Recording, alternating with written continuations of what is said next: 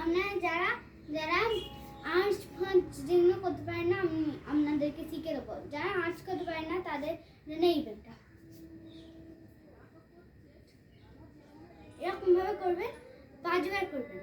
5 বার করার পর দেখবেন নাকি, তারপরে করবেন এটাকে এরকম হাত ফেলে দেবেন, এরকম এরকম এরকম করবেন, তারপরে হাত ফেলে দেবেন। তাহলে তাহলে আপনি তাহলে বুঝতে পারবেন। দেখি আমি যে এটা করছি না, ওইটা 5 বার যদি হয়, যদি আপনি করে দেন তাহলে দেয়াল ধরে করবেন। এই দেয়ালটা যেরকম আছে ওইটাকে ধরে করবেন। তারপরে দেখাচ্ছি ব্যাপারটা।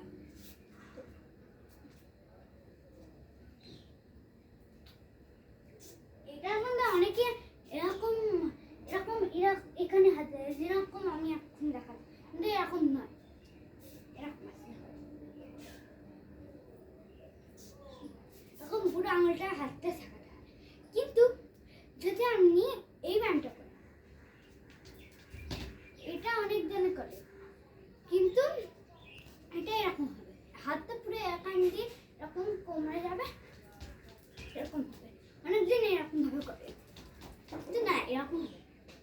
তারপরে আর একটা ব্যায়াম, ওইটা আপনি খুব সহজেই করে নিতে পারবেন। সাইক্লিং, সাইক্লিং অনেকজন এরকম ভাবে করে, কিন্তু এরকম ভাবে একদমই হয় না। অনেকজন করে, কিন্তু না এরকম।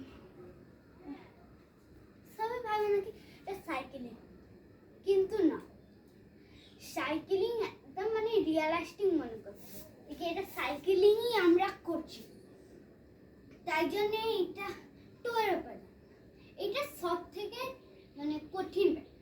এটা যদি আপনি এরকম ভাবে দাঁড়িয়ে 20 অব্দি গুনেন না, তাহলে হবে হবে, কিন্তু হবে